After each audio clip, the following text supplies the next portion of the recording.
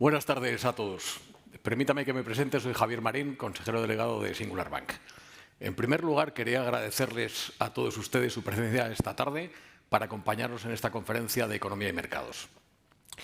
El año pasado, el 2022, ha marcado el inicio de una era definida por nuevos paradigmas que han acelerado los dos eventos históricos que hemos vivido, la pandemia por un lado y la guerra de Ucrania por el otro. Un punto de inflexión que nos ha situado en un entorno económico diferente al que preveíamos a finales del 2019. A las tendencias seculares de cambio que ya vislumbrábamos entonces y que siguen plenamente vigentes, incluso aceleradas, como el desarrollo de la digitalización, el envejecimiento de la población, la desglobalización o la transición energética, se han unido factores derivados de los mencionados acontecimientos, dibujando una nueva senda económica en la que ganan protagonismo las elevadas tasas de inflación, un nuevo ciclo monetario y menores perspectivas de crecimiento. Por un lado, estos nuevos factores que impactarán la economía en el corto y en el medio plazo no deben distraernos de las oportunidades que se generan a consecuencia de las inversiones y reformas para adaptar el tejido empresarial a las megatendencias previas a la pandemia y a las nuevas temáticas que, como comentaba, han ganado protagonismo desde 2020. En concreto, estaríamos hablando de las que desde Singular Bank definimos como las 5 Ds. Demografía, digitalización, descarbonización, desglobalización y desconfiguración del orden internacional. Por otro lado, debemos estar atentos para identificar la confirmación de un cambio de tendencia en los datos de inflación que nos proporcione certidumbre sobre la evolución de los tipos de interés y la recuperación de mayores tasas de crecimiento en la economía mundial. 2023 ha comenzado reduciendo la probabilidad de que las economías sufran una recesión severa ante la resiliencia de la actividad en los últimos meses, la menor probabilidad de que se produzca un agravamiento de la crisis energética en Europa y la favorable evolución del mercado laboral. Un hecho que no debería llevarnos a pensar que se han despejado las incertidumbres que marcarán la senda económica global en los próximos años, aunque sea un buen comienzo. Nuestra obligación y compromiso con todos nuestros clientes es asegurar que nuestras capacidades y recursos se centran en ofrecerles soluciones a medida para cada uno de ellos, trabajando diariamente con empatía, rigor, independencia, transparencia y de forma proactiva para darle a cada uno de ellos las soluciones que necesita. Y ahí es donde confluyen el trabajo de nuestros expertos en economía y mercados, junto con la labor de los banqueros, que son los que mejor conocen las necesidades, intereses o preocupaciones de cada uno de nuestros clientes, adaptando la configuración de su patrimonio a las modificaciones en las circunstancias personales de cada cliente y a los cambios que van experimentando la economía y los mercados. Con la intención de esbozar un poco los riesgos y oportunidades de este panorama, esta tarde contamos con la participación de Alicia Coronil, economista jefe de Singular Bank, y con Roberto Soltes, jefe de estrategia. Alicia analizará, más allá de las tensiones inflacionistas, salariales y el endurecimiento de las condiciones financieras globales, cómo afrontamos un entorno global marcado por una policrisis asociada a la guerra de Ucrania, las perspectivas económicas de China, la evolución de la crisis energética y alimenticia, los riesgos climáticos y las mayores tensiones geopolíticas y sociales, como estamos observando en muchos países de Iberoamérica. Por otro lado, Roberto, que como yo digo siempre nos hace pasar de las musas al teatro, nos explicará cuál es la estrategia de inversión más idónea en este entorno. Nos hablará de sus perspectivas sobre renta fija, donde las subidas de tipos de interés nos proporcionan por primera vez en más de una década la oportunidad de construir una cartera con retornos superiores a la inflación prevista a medio plazo. Por otro lado, nos hablará de la renta variable, donde las valoraciones pueden verse presionadas por las subidas de tipos y la rebaja de las estimaciones de beneficios, que, sin embargo, nos deja oportunidades de inversión atractivas en sectores y temáticas beneficiados por esta era de nuevos paradigmas y en las que algunas megatendencias ganan impulso. Además, esta tarde tenemos el placer de contar con la asistencia de Andrés Zendagorta, presidente de SENER, empresa líder en ingeniería y empresa líder probablemente en temas de defensa, de lo cual pues un tema muy en boga hoy en día, y presidente del Instituto de la Empresa Familiar, quien amablemente pues, ha aceptado nuestra invitación para participar en este evento y con quien debatiremos sobre cómo las empresas y los inversores deben adaptarse a esta era de cambios e incertidumbres. Muchas gracias, Andrés, por acompañarnos esta tarde. Confío que el contenido de esta conferencia les resulte interesante y espero poder tener la oportunidad de saludarles personalmente en el cóctel que celebraremos a continuación. Y sin más dilación, por favor, Alicia, cuando quieras.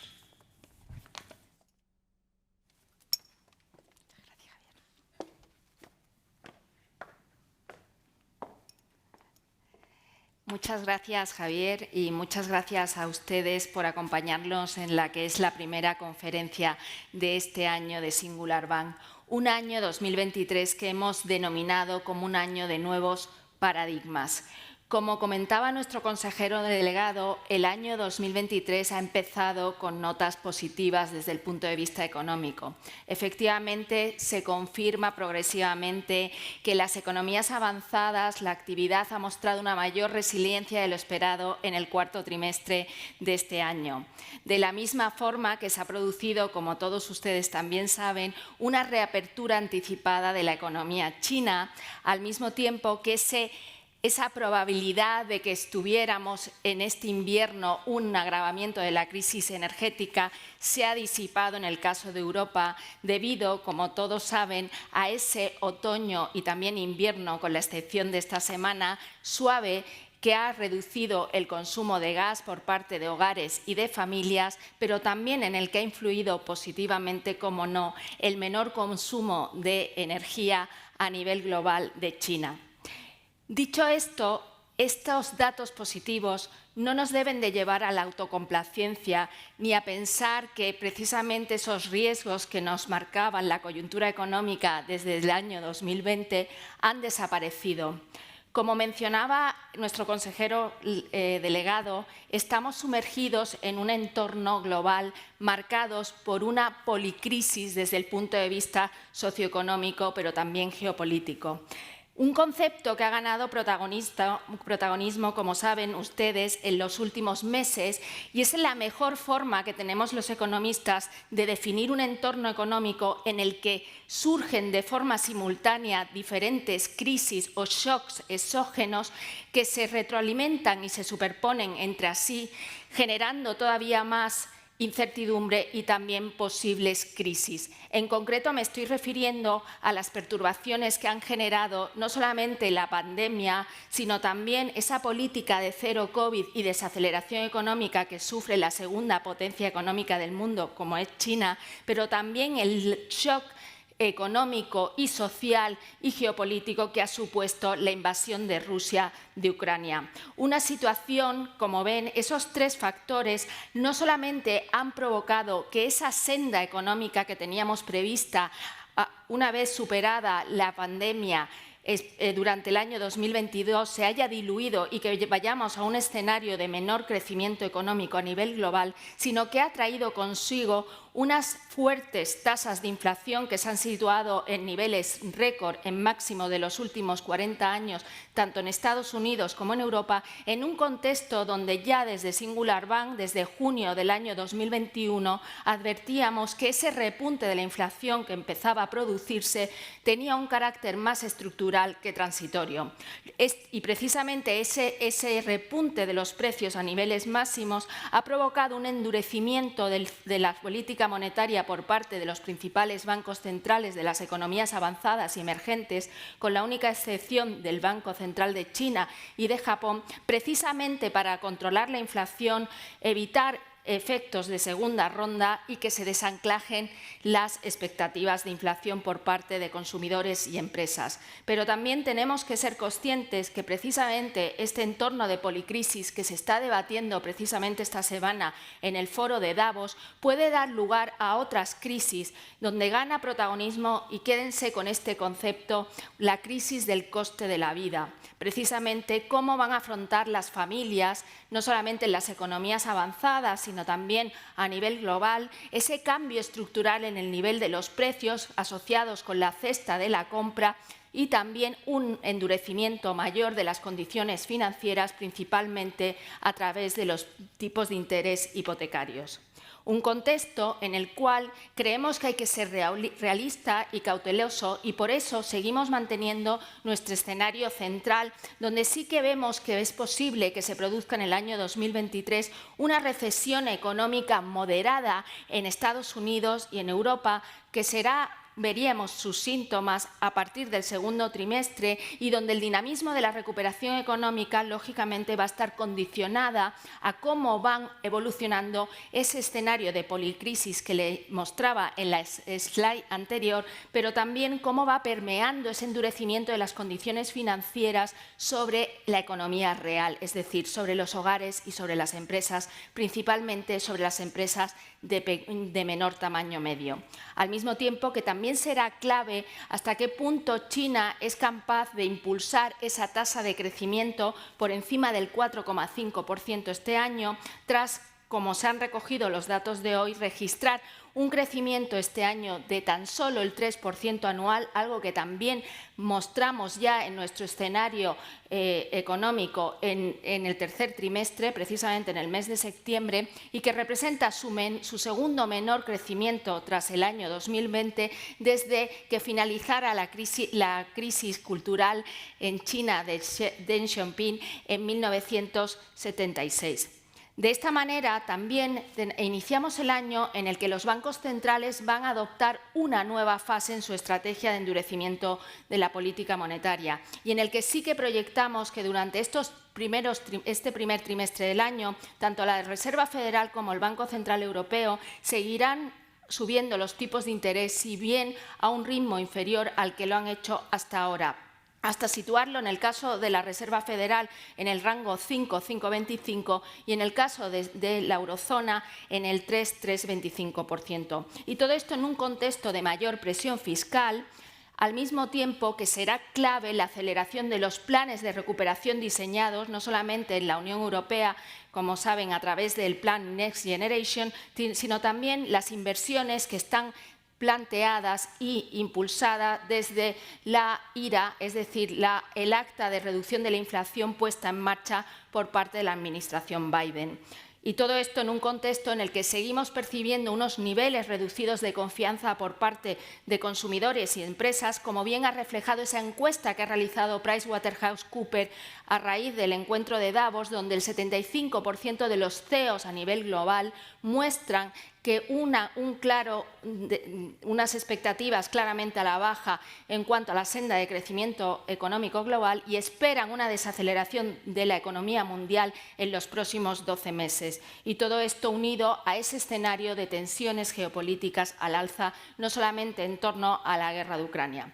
Y como estamos en un entorno que no es binario, también desde Singular Bank creemos que pueden existir otros escenarios alternativos, como puede ser el que ocurra que finalmente suframos una recesión global, como ha advertido recientemente el Banco Mundial, en el cual el catalizador de esta recesión global sería precisamente que nos encontramos con una inflación subyacente que no acaba de tocar techo y no se desacelera y se modera, unida a unas mayores tensiones salariales, como ya se están percibiendo en Estados Unidos, pero que también, como ha advertido el Banco Central Europeo, prevén que este año empiece a producirse también en Europa y eso dé lugar a efectos de segunda ronda que darían lugar a un mayor endurecimiento de las condiciones financieras y, por lo tanto, un mayor deterioro del sector inmobiliario, pero también del mercado laboral. O un agravamiento de la crisis energética en Europa. Hemos mencionado al principio de la conferencia que esta probabilidad se ha alejado precisamente este invierno, pero es un escenario que no deberíamos de descartar de cara al invierno que viene, precisamente porque Europa se podría encontrar con una total ruptura del suministro por parte de Rusia, pero con otro factor adicional que no ha pesado en la evolución de los precios energéticos en los últimos meses, como es precisamente el repunte de la demanda de gas natural licuado por parte de China, que hasta el momento no solamente ha reducido la demanda por esa menor actividad económica, sino también porque la política cero COVID, donde se ha primado los confinamientos de la población para controlar la situación epidemiológica, lo que ha hecho ha sido apoyar la generación de energía en el uso del carbón, algo que el gobierno chino no podrá mantener en un contexto de reapertura y normalización de la actividad socioeconómica en China. Y por último, un escenario al cual le otorgamos una probabilidad muy baja, en el cual todos esos vientos de cara que estamos viviendo como sociedad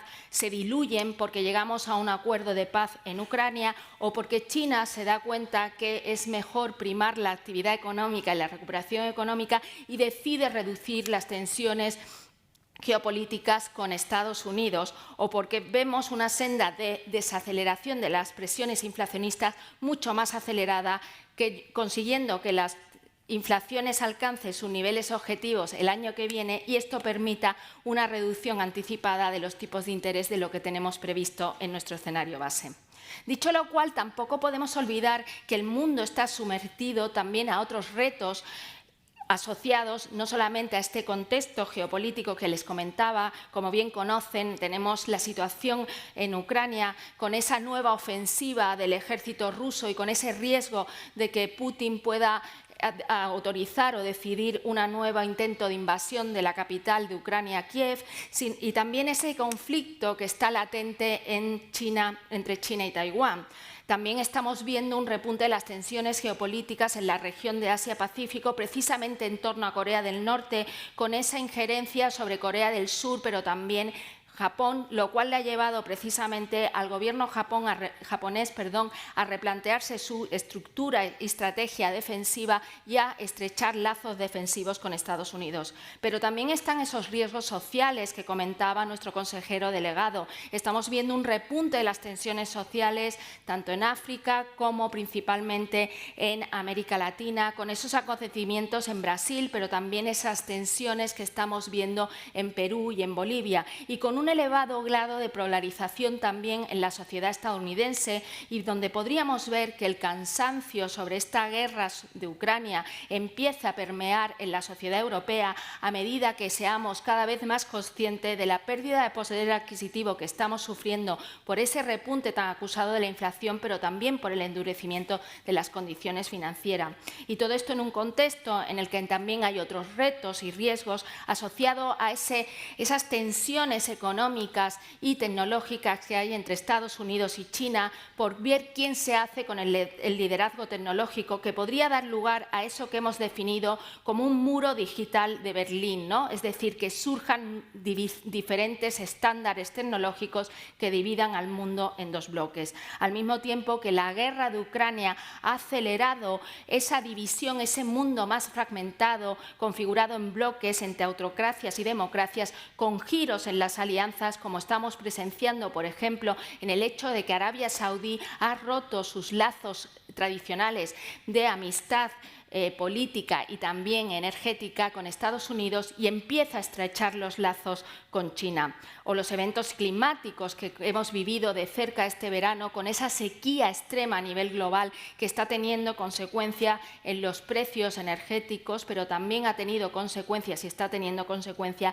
en los precios alimenticios. Y por último, y esto nos lo podrá explicar muchísimo mejor el invitado de esta tarde, es que no hemos dado cuenta que la guerra ha tomado nuevos formatos, es decir, esas guerras híbridas, a la guerra tradicional que estamos presenciando con ese coste humanitario y social de Ucrania y esa destrucción del futuro del país ucraniano. También estamos viendo nuevas formas de hacer guerra a través de drones, pero también la relevancia que tiene la seguridad para evitar ciberataques que nos podrían situar en situaciones parecidas a las que hemos visto en algunas películas de Hollywood y que nos parecían impensables. Dicho lo cual, como ha mencionado nuestro consejero delegado, para nosotros el año 2023 es un año de nuevos paradigmas, porque precisamente, como él mencionaba, hemos vivido y estamos viviendo dos eventos históricos que están cincelando la sociedad, también el mundo y también los retos y las oportunidades que se abren para las empresas y desde el punto de vista de inversión. No solamente han acelerado esto que llamamos FAM 2.0, es decir, la importancia que tienen las energías fósiles o la industria aeroespacial y de defensa o el agrobusiness, dada la relevancia que tiene también de asegurar la cadena de suministro alimenticio, o la necesidad de hacer una transición energética donde, más allá del despliegue de las energías renovables, también es importante la energía nuclear, o la importancia de preservar o tener acceso a metales claves en esa transición energética y de digitalización, como pueden ser el oro y las tierras raras o el litio, también han surgido y se han acelerado 5 temáticas, esas 5 temáticas que hemos definido desde Singular Bank como las 5 Ds. la digitalización, la descarbonización, la demografía, la desconfiguración del orden mundial y la desglobalización, pero sin perder de vista que estamos en un mundo con unas elevadas tasas de endeudamiento, que ya estaban ahí antes de que se produjera la pandemia, pero que se han acelerado a raíz de esta, hasta tal punto que el endeudamiento global representa a fecha de hoy 3 veces lo que producimos el planeta en un año. Estas 5 temáticas van a ganar protagonismo de forma acelerada, no solamente porque están introducidas en los planes de recuperación diseñados a raíz de la pandemia, sino que también precisamente la guerra de Ucrania las ha acelerado. Estamos hablando de la digitalización y la descarbonización. Y precisamente estas 2 tendencias están también muy hiladas a lo que representa la desconfiguración del orden mundial y la desglobalización. Porque la desconfiguración del orden mundial y la desglobalización lo que nos ha puesto en la vista, en la retina, es que tenemos unas cadenas de valor poco resilientes y donde no tenemos asegurado el suministro de materias primas clave o energético. Y esto lo que está trayendo consigo es precisamente a rediseñar esas cadenas de valor donde las empresas no van a poner el foco buscando solamente que el coste del laboral sea bajo, sino que van a buscar otro tipo de seguridad, como puede ser la seguridad del suministro energético o el hecho de que donde realizan las inversiones sea un país confiable, no solamente desde el punto de la seguridad jurídica, sino desde el punto de vista de la geopolítica. Con lo cual, precisamente esa reconfiguración y esa desglobalización lo que van a traer consigo es una aceleración de los procesos de digitalización para intentar reducir los costes, el repunte de los costes de producción, pero por otro lado también abre la necesidad de diseñar nuevas estrategias que nos permitan, como Europa y como Estados Unidos, asegurarnos el suministro de materias primas clave y garantizar la seguridad no solamente en el flanco, en la frontera este de Europa, sino también ante el reto que supone el deshielo de la ruta del Ártico por las implicaciones que tienen geopolíticamente, pero también por las bolsas de recursos naturales que hay precisamente en esa región geográfica. Y por último, déjenme hablar de la demografía. Todos éramos conscientes de que ya vivíamos un entorno de envejecimiento de la población, pero hoy hemos conocido que ese envejecimiento y esa pérdida de población activa se ha acelerado en China, con esa caída de la población en 800.000 habitantes precisamente el año 2022, que representa la mayor contracción de la población desde 1961, pero también estamos viendo una pérdida de la población activa a medida que se van retirando del mercado laboral los baby boomers, pero también provocada por la pandemia. Hay mucho talento que ha decidido no volver a determinados sectores de actividad por miedo, pero también hemos visto que los flujos migratorios durante la pandemia se han roto precisamente por esas medidas de restricción de movilidad.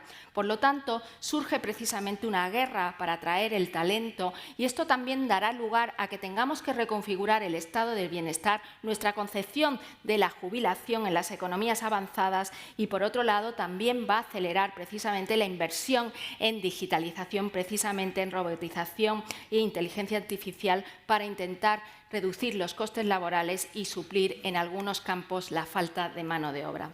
Dicho lo cual, como les decía, un mundo que se abre, una nueva era marcada por nuevos paradigmas, donde más allá de esos que les he mencionado en torno a la transición energética, la desglobalización, la desconfiguración del orden mundial, la digitalización o la demografía, también tenemos que poner el foco en cómo va a cambiar la regulación en un momento en el que estamos viendo que muchos países están introduciendo nuevas figuras tributarias que, si no son de carácter transitorio, pueden reducir la libertad y la competitividad de los países y constreñir la actividad económica con una mayor regulación. O por el otro lado, tenemos también como europeos ese reto de reinventar nuestro tejido empresarial, especialmente en el caso de Alemania, dada su elevada dependencia del gas ruso.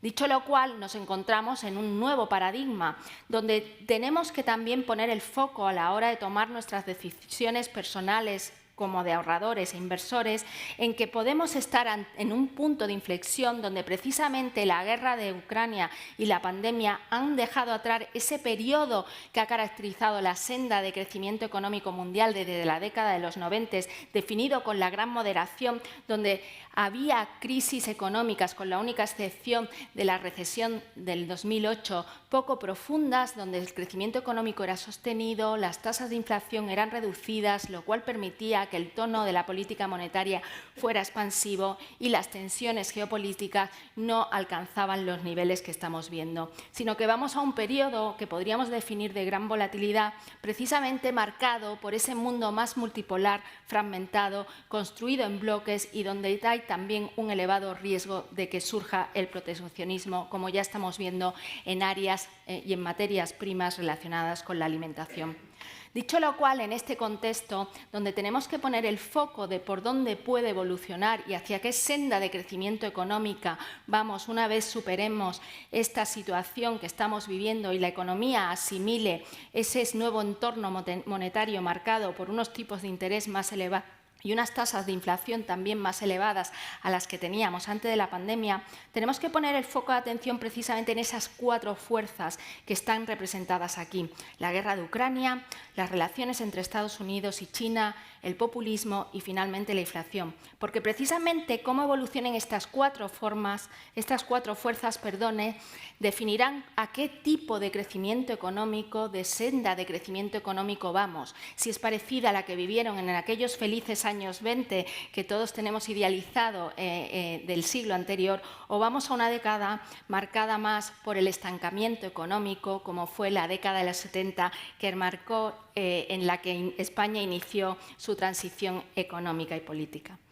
Dicho lo cual, en cualquier caso, más allá de las políticas fiscales y las políticas monetarias, siempre me gusta recordar que para adaptarnos a este nuevo entorno y a estos nuevos paradigmas que ofrecen una infinidad de oportunidades, es necesario no fijarnos solo en las políticas de corto plazo, sino poner en marcha una agenda reformista que bien refleja este cuadro que lo he tomado de la última reunión del G20 Indonesia, donde, como ven, lo que resaltan es que el mundo necesita no solamente medidas que aumenten la competitividad, la atracción de inversión, la creación de empresas, el crecimiento, acelerar e impulsar el crecimiento de las empresas, sino también impulsar la investigación y el desarrollo y medidas que permitan también adaptar el talento a las nuevas necesidades que surgen en el mercado laboral o transformar la educación con una mejor orientación en un contexto en el que ya el 34% de las empresas españolas manifiestan que tienen dificultades para encontrar talento, sobre todo en el sector de la construcción y también en el sector del turismo. Dicho esto, es un año de incertidumbre donde es importante tener la cautela, el realismo, pero también me gustaría lanzar un toque positivo. Yo creo que todos, como personas, como sociedad, como país, hemos vivido momentos de elevada incertidumbre, donde hemos visto poca visibilidad y donde los riesgos y la senda que nos mostraban a corto plazo era más de expectativas a la baja que de un futuro prometedor. Pero también es cierto que de estos retos estamos aprendiendo e iniciando un camino de transformación. Y como siempre saben, las empresas son las primeras en hacerlo.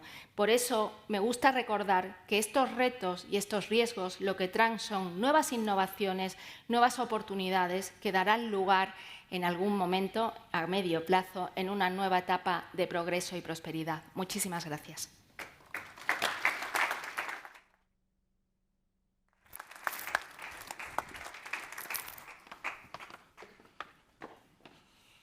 Buenas tardes, muchísimas gracias por venir. Pues voy en los próximos minutos a explicarles por qué hemos empezado el año pues, con una estrategia de inversión cauta, estamos infraponderados en renta variable, estamos con duraciones cortas todavía en la renta fija. Esto no significa, por supuesto, que hay que quedarse refugiado en la liquidez. Tenemos por fin esa oportunidad que llevábamos como 15 años esperando para construir una cartera de renta fija que sea capaz de batir a la inflación prevista en el medio plazo. Y dentro de la renta variable, aunque vemos los índices bursátiles bastante atascados dentro del rango reciente, especialmente en Estados Unidos, sí que identificamos buenas oportunidades en algunos sectores, en algunas temáticas, en algún mercado.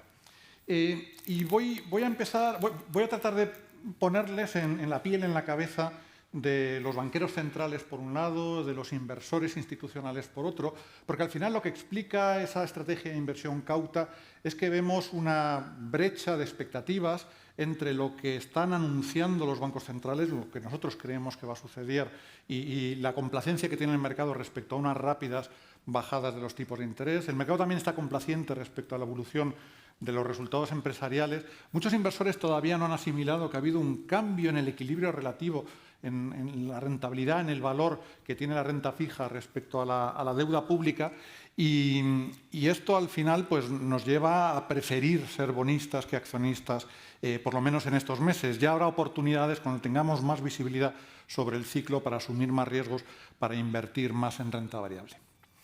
Bueno, imaginemos un banquero central que ha estado pues, estas semanas, estos meses, pues, ocupado, muy ocupado con políticos, con reguladores, con otro tipo de reuniones, y tiene reunión y pregunta a sus asesores, pregunta a sus economistas. Dice, bueno, parece que la inflación por fin está empezando a bajar, parece que todo lo que hemos hecho hasta ahora está empezando a rendir frutos.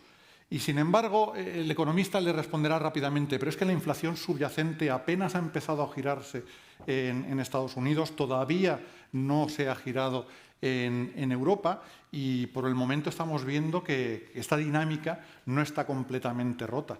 Y preguntará al banquero central, ¿cómo es eso? Y entonces, lo más claro es que la inflación subyacente, la inflación en servicios, que es la mayor parte de la economía, sigue muy robusta. Los incrementos salariales van a ser muy fuertes, superiores a la inflación esperada este año y también en 2024 en las principales economías avanzadas.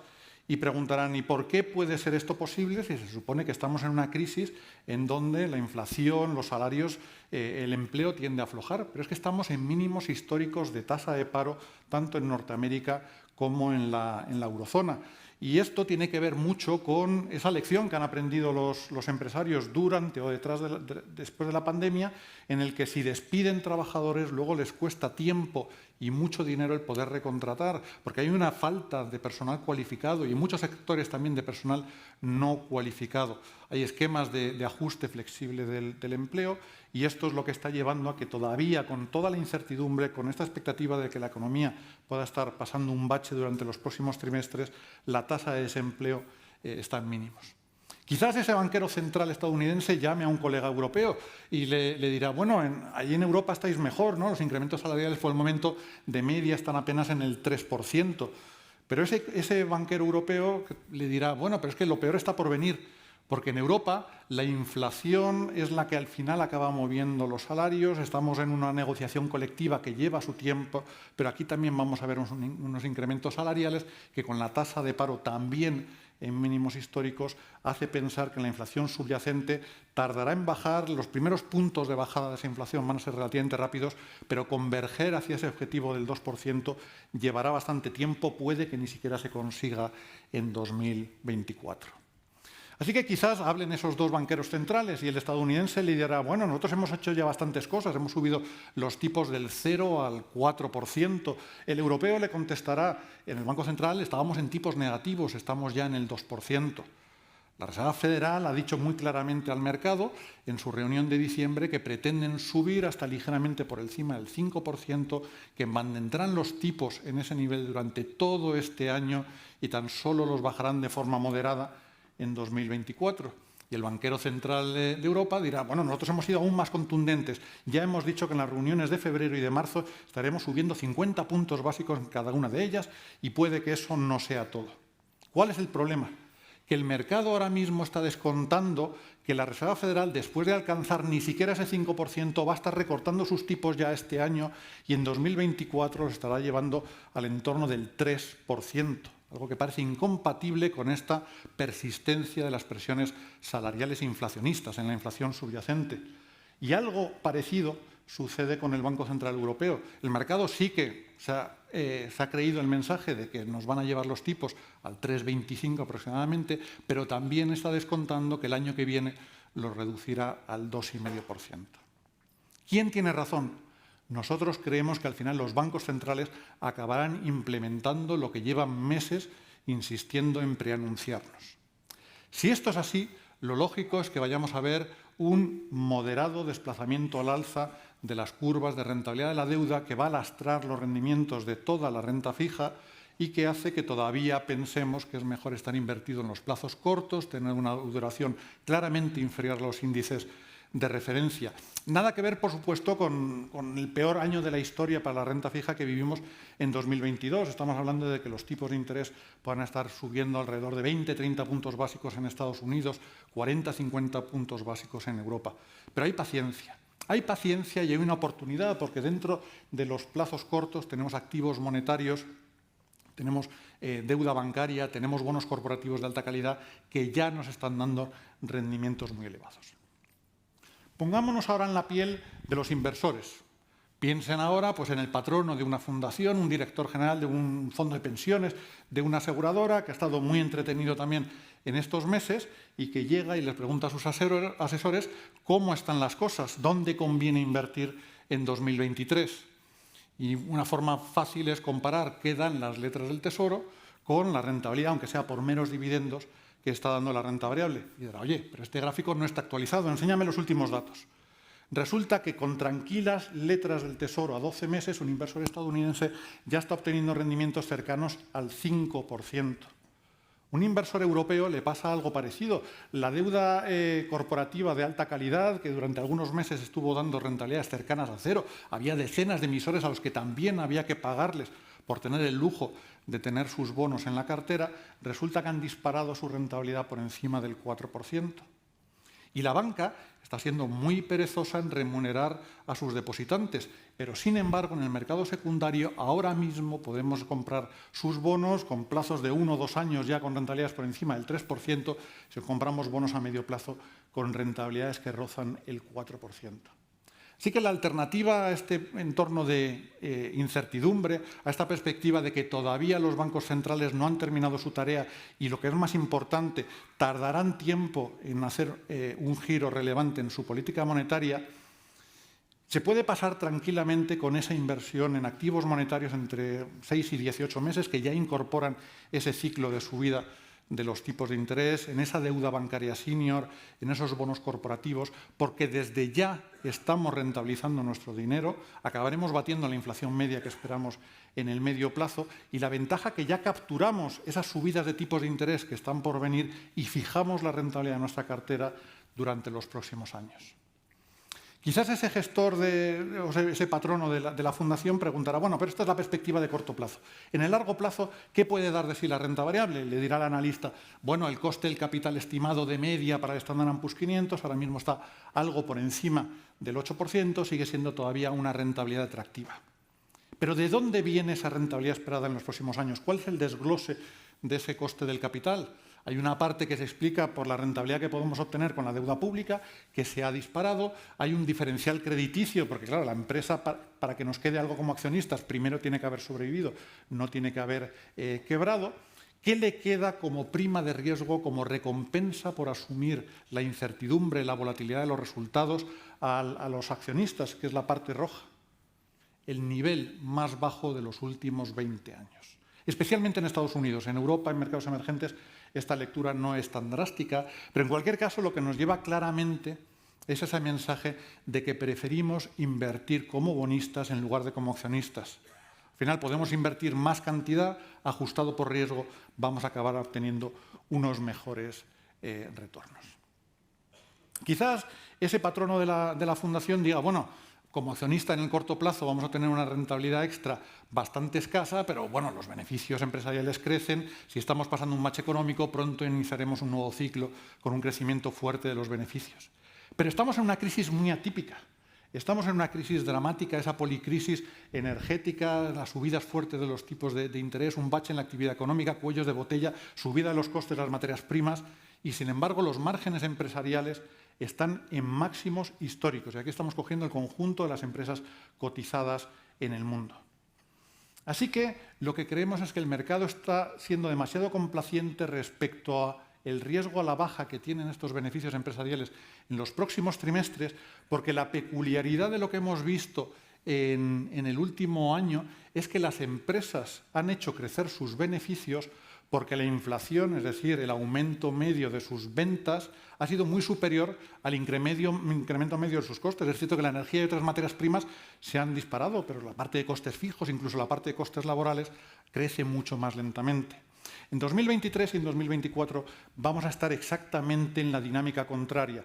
La inflación se va a estar moderando, las ventas, por lo tanto, nominales van a estar ralentizándose. Encima, el bache económico va a hacer que las ventas en términos de unidades también apenas crezcan y los costes laborales van a estar creciendo por encima de la inflación durante al menos los próximos 2 años. Por lo tanto, nuestra expectativa es que este año y el año que viene el crecimiento de los beneficios va a ser inferior a lo que descuenta el mercado, que todavía está contemplando que este año y el año que viene los beneficios crecen. Nada dramático, del orden de un 6-9%, pero es un viento de cara que van a tener las cotizaciones bursátiles en los próximos meses. Vamos a tener el goteo constante de rebajas de estimaciones de beneficios y de precios objetivo de las compañías. ¿Qué hacemos nosotros en Singular Bank con todas estas perspectivas en las que tenemos mucha incertidumbre, una serie de amenazas sobre la actividad económica que ni mucho menos se están resolviendo, un endurecimiento de las condiciones de financiación, una disonancia entre las expectativas que tiene el mercado respecto a qué van a hacer los bancos centrales y lo que estos mismos bancos centrales nos están comunicando y la previsión de que los beneficios empresariales van a caer, aunque sea de forma moderada? Pues creemos que hay que infraponderar la renta variable y estar concentrados en la renta fija, porque solo con la liquidez, y esto es la perspectiva de un inversor en euros, podemos estar obteniendo de media a lo largo de este año rentabilidades algo por encima del 2,5%. En los activos monetarios a 6-18 meses, ya capturando esa subida de los tipos de los bancos centrales y el diferencial crediticio, podemos obtener cerca del 3%. La deuda pública, con ese desplazamiento al alza de las curvas de deuda, se quedaría en rendimientos bastante raquíticos. Por eso preferimos los bonos corporativos a la deuda pública. Ese desplazamiento al alza de las curvas va a hacer que el retorno neto que obtengamos en estos 12 meses vaya a ser algo inferior a la rentabilidad de mercado de la TIR, pero aún así positivo. Las probabilidades de que tengamos retornos negativos otra vez en la renta fija en el crédito son muy, muy bajas, por supuesto muy inferiores a las del año pasado, en el que tampoco hay que arriesgar demasiado en la baja calidad crediticia, porque los diferenciales high yield son los más vulnerables a que tengamos un bache económico mayor de lo previsto, y en donde, después del tirón que hemos tenido en las primeras 2 semanas de este año, pues tenemos a los índices bursátiles prácticamente en el nivel que preveíamos para final de este año. Estamos hablando de que los índices de aquí a final de año pueden subir un 2% adicional, la mayor parte del retorno va a venir por la vía de los dividendos. Así que este diagrama resume cuál es nuestra estrategia de inversión ahora mismo. Estamos sobreponderando la parte de renta fija, tanto en los activos monetarios como en los bonos, pero con una duración inferior, claramente inferior a los índices de referencia, donde infraponderamos la deuda pública y vemos que la mejor relación rentabilidad-riesgo sigue estando en los bonos corporativos con grado de inversión, donde en el high yield creemos que la oportunidad está en el high yield de corto plazo, especialmente en Estados Unidos. Nuestra previsión es que el precio del petróleo en los próximos meses va a ir escalando hasta algo por encima de los $90. Eso hará que las expectativas de inflación repunten algo, que los bonos ligados a la inflación se defiendan algo mejor que los bonos ordinarios de deuda pública, y con una duración de renta fija que estamos teniendo mucha paciencia para incrementar. Dentro de la renta variable, dentro de esa infraponderación, no tenemos una preferencia clara por unas regiones respecto a otras, de Estados Unidos frente a Europa. Al final, en todo caso, es una derivada indirecta de la preferencia sectorial que tenemos por la energía, por las financieras, que pesan más en Europa que en Estados Unidos. Y, sin embargo, creemos que hay que concentrar la inversión en mercados emergentes en Asia-Pacífico. ¿Qué es lo que creemos que puede suceder en los próximos meses? Que aflore parte de la demanda latente que se ha acumulado en China durante la pandemia, con menor intensidad de la que vimos en Europa y Norteamérica en 2020 y 2021. El estado del bienestar es muchísimo más frágil, las perspectivas económicas a medio y largo plazo se han deteriorado, el mercado inmobiliario está en una purga de una burbuja gigantesca, pero aún así creemos que esto va a relanzar, aunque sea temporalmente, el consumo, y también va a beneficiar a todos sus vecinos, sobre todo por esa avalancha de turistas chinos que van a visitar el resto de la región. Así que aquí recomendamos Asia-Pacífico, fondos que también incorporen Japón, una bolsa muy barata con la divisa más competitiva del mundo, Australia y toda la franja del ASEAN.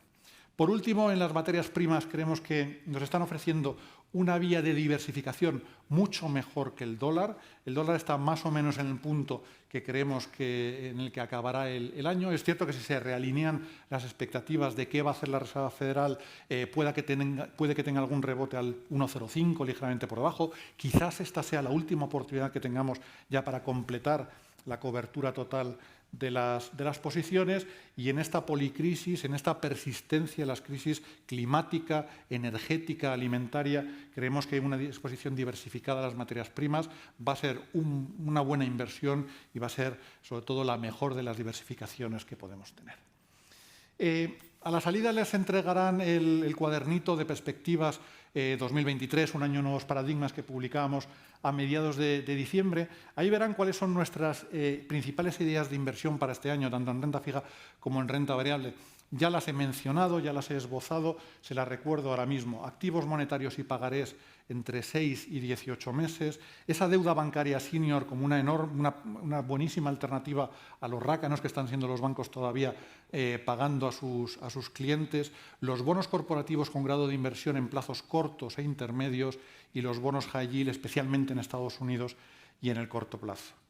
En renta variable, infraponderación en agregado, pero tomando posiciones decididas en algunos de los sectores y de los temas que creemos que tienen todavía recorrido.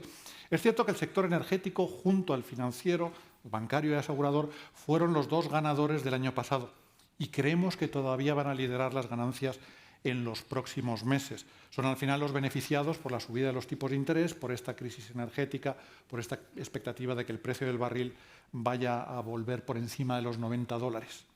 Compañías que paguen dividendos altos y sostenibles.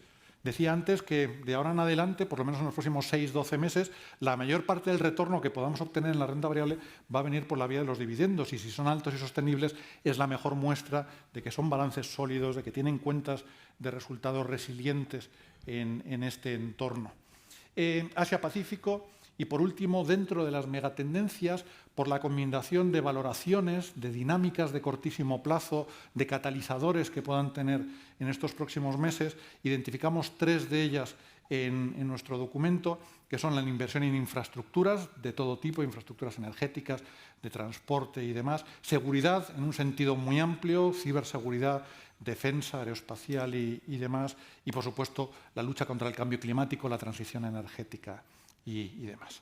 Así que una estrategia de partida cautos en este arranque del año, pero no significa estar refugiados en liquidez. Hay unas buenas oportunidades para empezar a sumar desde ya mismo buenos retornos en activos monetarios y en renta fija.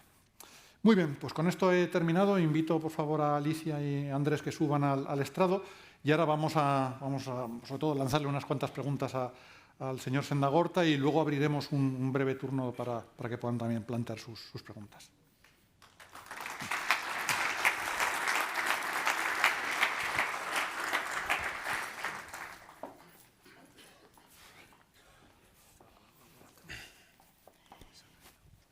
Pues muchas gracias a Andrés Sendagorta por acompañarnos esta tarde, y como bien mencionaba Javier Marín, pues no solamente nos va a dar esa visión de cómo está afrontando la empresa familiar española estos retos, sino también desde la compañía que preside, que es Sener.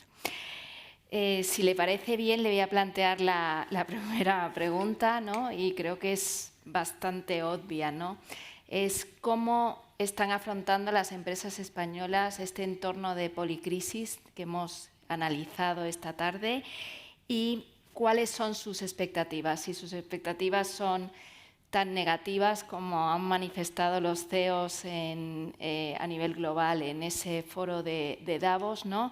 Y qué riesgos, cuáles son los mayores riesgos que afrontan, si son en términos nacionales o en el contexto internacional.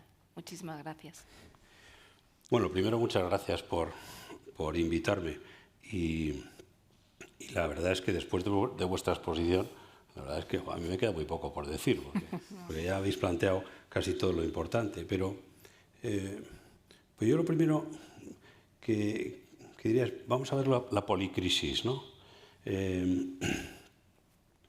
Porque aquí hablamos de... Es que hay una crisis. Bueno, en algunas partes parciales de esa crisis, pues efectivamente ha surgido una crisis, pero en otra nos la hemos buscado. Entonces, claro, tenemos una crisis energética, parón nuclear. Decidimos que vamos a hacer una serie de cosas con relación a la energía cuando la tecnología no está disponible. Entonces, pues claro, tarde o temprano se tiene que producir un problema. Además de eso, pues mantenemos en Europa una dependencia, por ejemplo, del gas ruso tremendo. Prohibimos el fracking en España, pero nos estamos hinchando a comprar gas que viene de Estados Unidos procedente del fracking. O sea que hay ciertas cosas que nos hemos buscado nosotros, ¿no? La crisis del supply chain, ¿no? Decimos, oye, no es que tenga una serie de proveedores que vengan de miles de kilómetros de distancia, es que tengo mi empresa literalmente colgada de unos proveedores que están a miles de kilómetros de distancia. Que dices, eso pues es importante. Bueno, pues sí, se atasca un barco en el canal de Suecia, hemos visto lo que pasa. Pero sobre todo es a miles de kilómetros de distancia conceptual.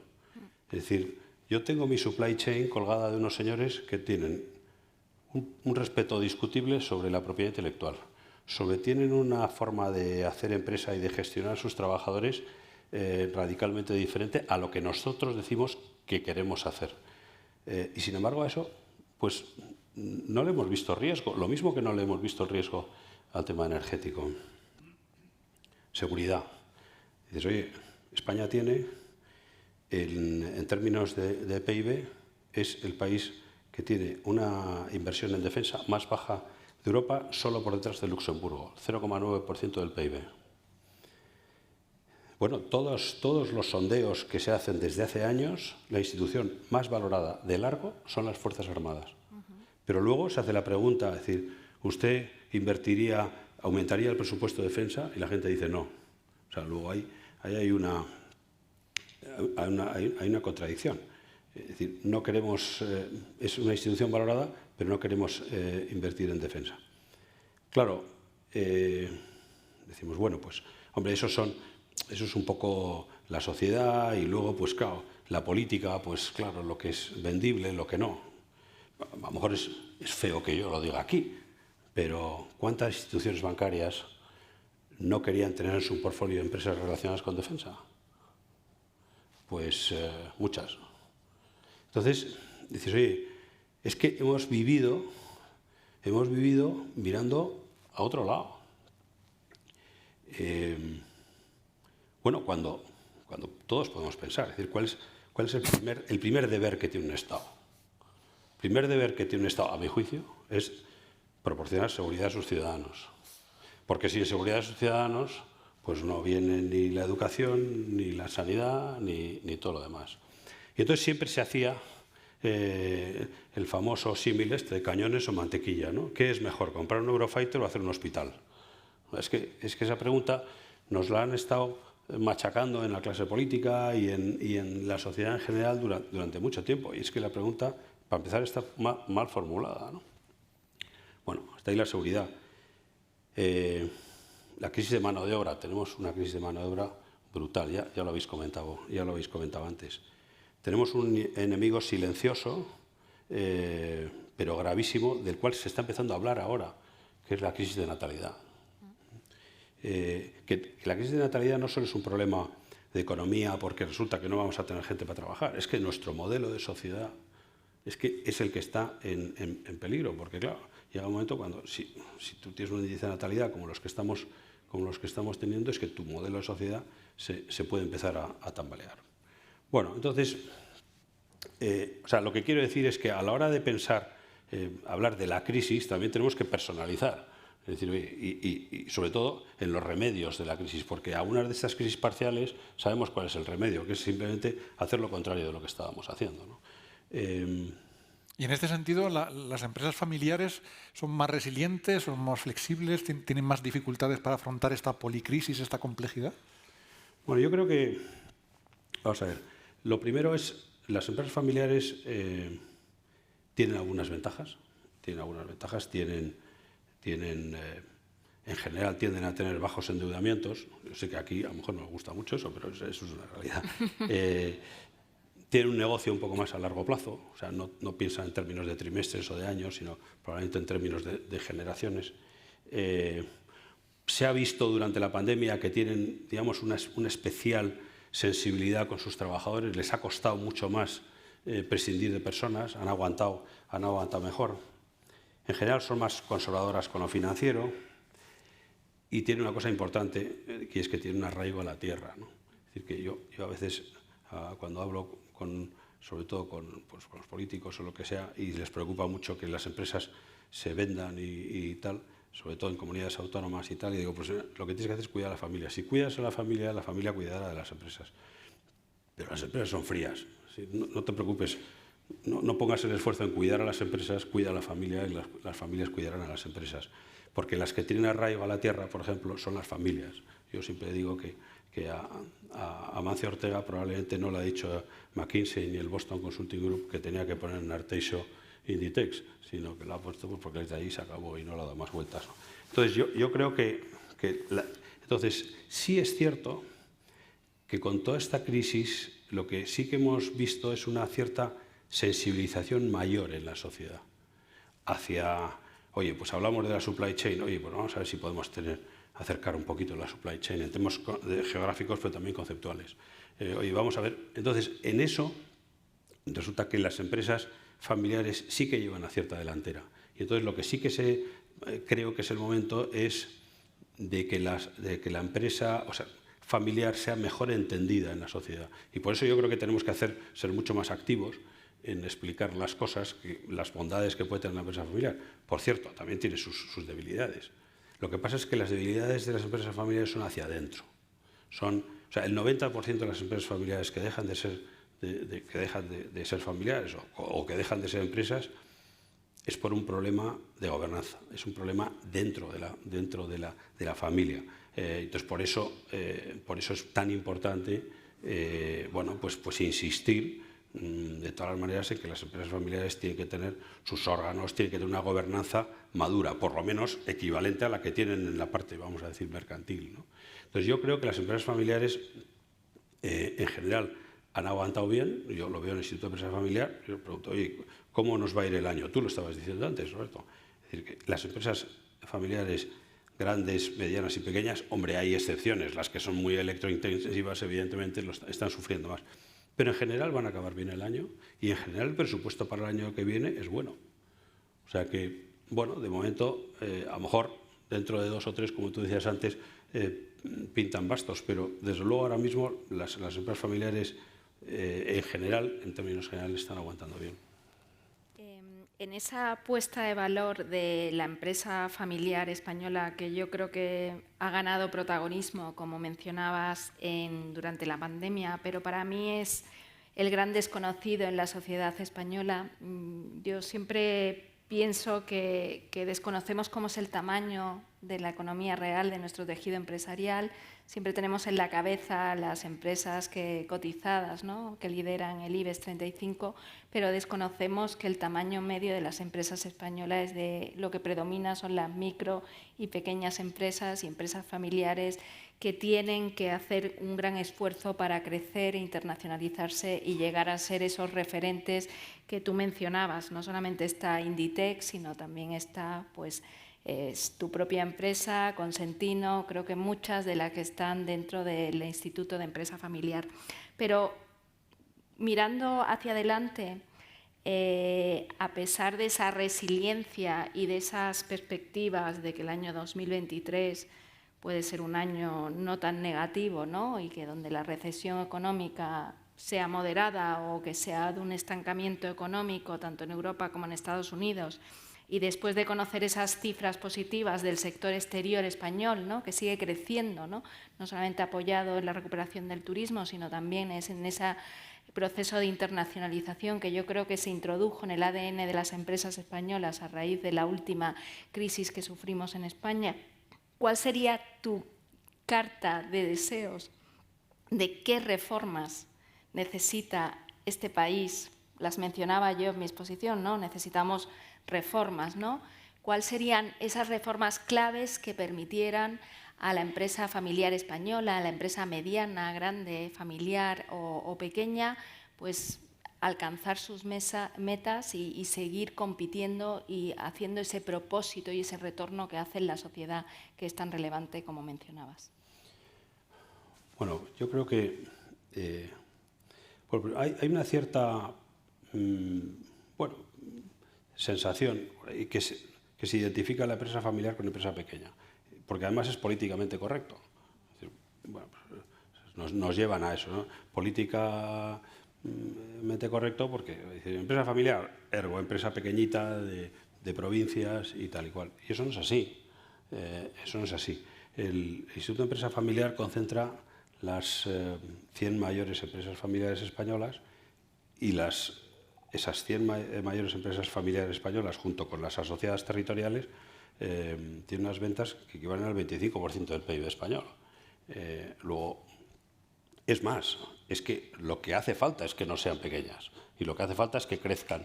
Entonces, eso es un asunto que hay que meterlo muy bien, digamos, primero en la sociedad, porque entonces ya los políticos, en el momento que la sociedad lo vea así de esa manera, pues los políticos probablemente ayuden, ¿no? Yo diría que todo lo que tiene que ver, bueno, es verdad que bajo el punto de vista fiscal hay una serie de leyes que vienen desde hace mucho tiempo que hacen posible que exista la empresa familiar. Hay gente que dice que lo que tenemos es el chollo padre. Yo lo que digo, no, yo no sé si tenemos el chollo padre o no. Lo que sí que sé es que si no existiera eso, no existiríamos las empresas familiares.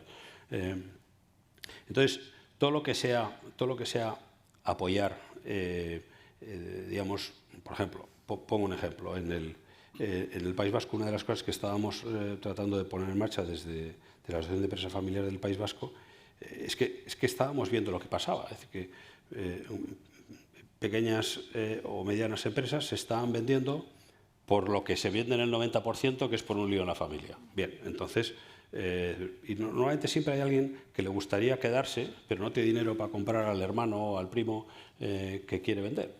Con lo cual, pues hablamos con el Gobierno vasco y el Gobierno vasco está ahora mismo poniendo en marcha un sistema por el cual, digamos, en unas condiciones muy ventajosas, le puede apoyar a ese familiar que sí que le interesa quedarse, porque es muy importante que se quiera quedar. ¿Y por qué? Pues porque el Gobierno vasco está muy preocupado porque están perdiendo el arraigo las empresas familiares y se van, ¿no? Entonces yo creo que todo lo que sea fomentar ese tipo de cosas es importante. Eso, digamos, bajo el punto de vista defensivo, pero también ofensivo. Es decir, que yo creo que a las empresas familiares, que tienen una serie de ventajas, pero también hay que exigirles y tienen que sentirse exigidas. Mire usted, no puede ser que usted no tenga un consejo de administración, no puede ser que usted no tenga un consejo de familia, no puede ser que usted no tenga una serie de herramientas que a cualquier empresa, digamos, de otro tipo, y mucho más si es cotizada, evidentemente, tiene que tener. Bueno, pues también a las empresas familiares hay que exigirles que tengan esa gobernanza, sabiendo, hombre, por pura prudencia. Es decir, que si el 90% de las empresas familiares mueren por eso, pues ahí tendremos que poner el 90% del esfuerzo. Y por lo demás, a mí me gustaría también quitarle un poquito de dramatismo, ¿no? Porque en las empresas familiares sí sabemos perfectamente, ¿no? Yo ahora cuando oigo hablar de la policrisis, del ESG y tal y cual, pienso en mi abuelo, ¿no? Y dice, oye, abuelo, ¿qué opinas del ESG? Pues le he dicho, oye, pues esto... A ver, tradúceme lo que es ESG, porque yo no sé qué es ESG. Pero una vez que le traducimos al abuelo lo que es ESG, el abuelo ha dicho, bueno, pues yo lo vengo haciendo yo desde el principio. O la policrisis. Dicen, oye, muchos de los fundadores de las empresas de Instituto Familiar, oye, se encontraron en España que estaba deshecha. Y háblales de policrisis. Pues bueno, pues como además miran en términos de generaciones, pues sí, efectivamente, lo que pasa este año el que viene pues será más o menos importante, pero es que yo manejo otro parámetro de tiempo, ¿no? Unas preguntas sobre los fondos europeos. ¿Pueden ser realmente el catalizador para lanzar, impulsar el crecimiento a medio plazo de la economía española? ¿Están bien diseñadas, están bien canalizadas por el Gobierno, por la Unión Europea? ¿Permean al tejido empresarial más pequeño, la empresa familiar? Esas preguntas, Roberto, te las haría yo a ti, que eres el economista. Pero bueno, lo que sí te puedo decir es, no hay, en términos de empresa familiar, o sea, no hemos visto ni una ventaja ni una desventaja. Lo que hemos visto, efectivamente, los que estamos en algunos sectores, bueno, primero, los Next Gen no están funcionando como deberían funcionar, en términos generales. ¿Por qué? Y lo sabemos todos, porque simplemente no están llegando a la velocidad y en el volumen que estaba previsto que llegasen. Bien, pero dicho eso, lo que sí está llegando, bueno, pues efectivamente las empresas familiares o no familiares que están en el sector del automóvil, pues efectivamente poco a poco va llegando algo, o en el sector aeroespacial, o en algún otro, ¿no? Bueno, pues yo diría pero no hay nada realmente diferencial en las empresas familiares con relación a los Next Gen, ¿no? Nada revolucionario que vaya a desatar un potencial de crecimiento tremendo en el corto plazo. Yo, desde luego, no lo espero. Si viene, fenomenal, pero la verdad es que no lo espero. Pues hilando la pregunta de Roberto, que volvemos a la necesidad de esas reformas estructurales, ¿no? Y a que cambiemos como sociedad también nuestra forma de pensar y que adaptemos también esos nuevos paradigmas y pongamos el tejido empresarial en el centro, ¿no? De lo que es el generador de crecimiento económico y progreso en la sociedad. A mí me gustaría, ya que presides esa compañía Sener, una compañía yo creo que muy interesante porque es una empresa, por lo poco que yo sé, de ingeniería, desarrollo de proyectos de infraestructuras, pero también tiene una pata aeroespacial y de defensa. ¿Podrías compartir, además de tu background personal, ¿no? Desde el punto de vista de la defensa, podrías compartir con nosotros cómo se puede cambiar esa percepción de que desde la ESG, ¿no? Se dejó de lado, ¿no? En la importancia de la defensa y que has mencionado al principio, ¿no? Nos gustaría un poco conocer qué necesita Europa, España desde el punto de la defensa y cómo podemos cambiar ese paradigma, ¿no? Y poner la defensa como algo prioritario también desde el punto de vista de la inversión pública y también privada. Bueno, vamos a ver. Bueno, efectivamente mi background es un poco distinto. Soy marino de guerra y piloto de combate, entonces, con lo cual me he dedicado a otras cosas durante muchos años, ¿no? Pero, bueno, fíjate, yo te diría que primero en Sener tenemos 4 áreas principales de actividad. Uno es la energía. Está loca, la energía ya sabemos que está loca. Tenemos una cantidad de trabajo tremendo, sobre todo en Alemania, porque está queriendo que le hagamos terminales de gas para ayer, y un terminal de gas es algo muy gordo, porque hemos hecho otras en Europa y demás. Luego ahí hay un estado de ebullición tremendo. El mundo de las infraestructuras, sobre todo en el primer mundo, Estados Unidos, Canadá, Australia, está renovando sus infraestructuras fundamentalmente de transporte, y las empresas españolas, las constructoras y las ingenierías españolas, estamos en una posición única. Probablemente porque primero en España se han hecho muchas cosas bien, por cierto, ahora todo es negativo, pero se han hecho muchas cosas bien. Y si las constructoras y las ingenierías estamos posicionados así es porque previamente lo hemos hecho en España, ¿no? Luego, otro sector que está en ebullición en lo que se refiere a Sener. En el espacio. El espacio es quizás un sector que se conoce menos, ¿no? Pero ahora mismo en el espacio hay una situación de una explosión. O sea, es un sector donde va a cambiar de arriba a abajo. Y va a cambiar de arriba a abajo por varias razones. Primero, hablamos mucho de la digitalización. La digitalización, al final, no sé qué, al final la digitalización son datos. Y esos datos tienen que ir por un tubo. Y ese tubo, que es un tubo que sube muchas veces hasta los satélites y tiene que bajar, simplemente los satélites de comunicaciones hoy no son capaces de manejar el volumen de información que se les viene encima. Los satélites de comunicaciones son satélites que funcionan en la órbita geoestacionaria y para empezar, porque la órbita geoestacionaria es que está llena, con lo cual tenemos que ir a otro sistema de satélites de órbita baja, con lo cual ya son satélites que no mantienen la posición. Efectivamente, es mucho más complejo. Pero es que simplemente tendremos que ir a eso. Luego ahí hay un cambio que va a ser absolutamente radical. Además de eso, bueno, por eso está entrando Amazon, por eso está entrando Elon Musk y luego el sector del espacio, simplemente para seguir el ritmo de lo que va a ser el cambio con la digitalización, tiene que hacer un cambio brutal y precisamente estamos en ello. Bueno, y el cuarto sector es la defensa. En la defensa, como decía antes, llevamos, sobre todo en Europa estábamos un poco como la orquesta del Titanic y ahora nos hemos dado cuenta.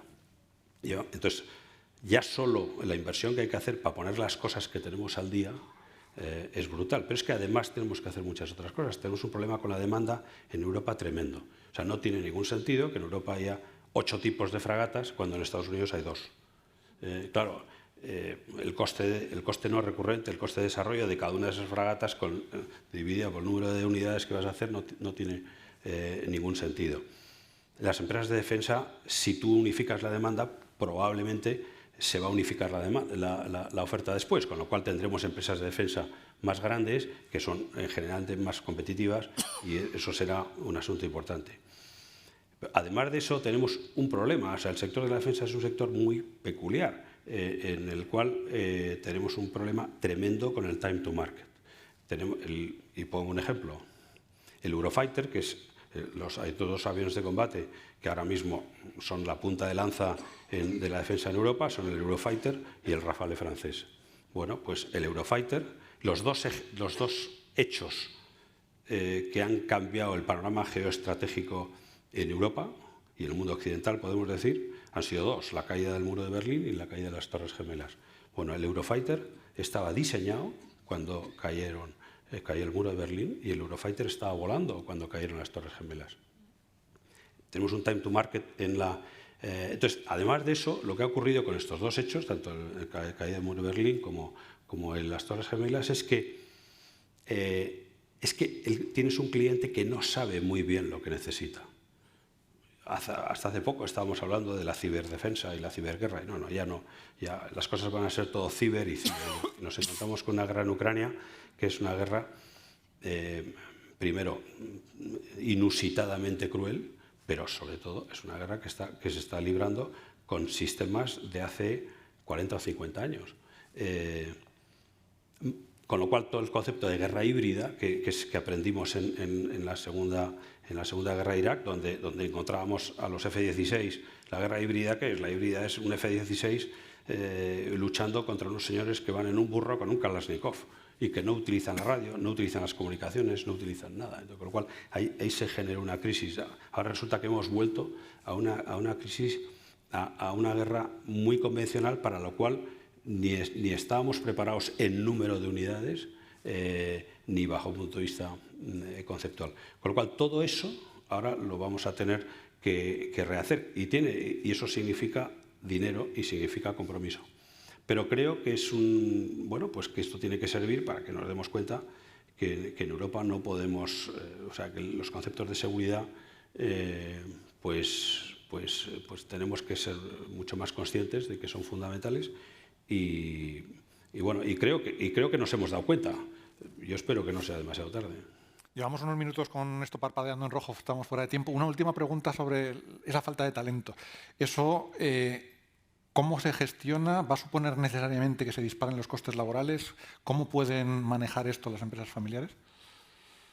Pues yo creo que tenemos un problemón. Antes decía que si yo hablo con las empresas del Instituto Familiar en la Junta Directiva, pues digo, vamos a tener un año razonablemente bueno y el año que viene vamos a tener un año razonablemente bueno. Bueno, entonces, ¿qué problema tenemos? Bueno, pues tenemos todos. No yo, que necesito 250 ingenieros mañana. Si tienen ingenieros, mándenmelos porque me hacen falta. 250. Bueno, pero es que hablas con los navieros y les faltan tripulaciones para sus barcos. Hay un problemón con eso. Tenemos un problema a todos los niveles y que de todo tipo pues ya lo has comentado tú antes. Entonces, la batalla por el talento va a ser una batalla brutal. Entonces, dices, oye, te encuentras con alguien por la calle y dices, oye, ¿tú en qué trabajas? Una empresa familiar. Y dices, te acompaña el sentimiento, ¿no? ¿Por qué? Porque hay una cierta conciencia de decir, las empresas familiares hay un lío y hay gente... Entonces, fíjate que yo creo que una de las atracciones, precisamente las peculiaridades que tiene la empresa familiar, tenemos que ponerlas en valor para atraer talento. Y eso quiere decir, oye, pues efectivamente ser especialmente cuidadosos con las personas que trabajan. Esos valores que todos hablamos que tenía el abuelo, esos valores hay que distinguir entre lo antiguo y lo viejo. Lo viejo se tira y lo antiguo cada vez vale más. Pues esos valores son ahora cosas antiguas que conviene sacar y ponerlas al día. O sea, tenemos que atraer nuestro mejor talento, y una de las maneras de atraer talento es tener la gobernanza bien hecha. Porque si tú ves una empresa que tiene una gobernanza muy frágil, pues dices, esta empresa es un peligro. Y entonces, pero la gran batalla de las empresas en general, y que las empresas familiares podríamos tener alguna ventaja y alguna desventaja, pero tenemos que aprovechar las ventajas, es a la hora de atraer talento. Pues, vamos a abrir un rápido turno de... ¿Te han dicho que no? Pues nada. muchísimas gracias, Andrés, por tus reflexiones, y nos quedamos con tus últimas palabras, ¿no? Yo creo que es importante mirar al pasado para construir el futuro y no solamente atraer el talento joven, sino, como decías, volver a recuperar ese talento senior que tanta experiencia tiene y que ha hecho posible, en el caso de España, esta historia de éxito que hemos vivido desde la transición política y económica. Muchísimas gracias. Gracias a vosotros. Gracias.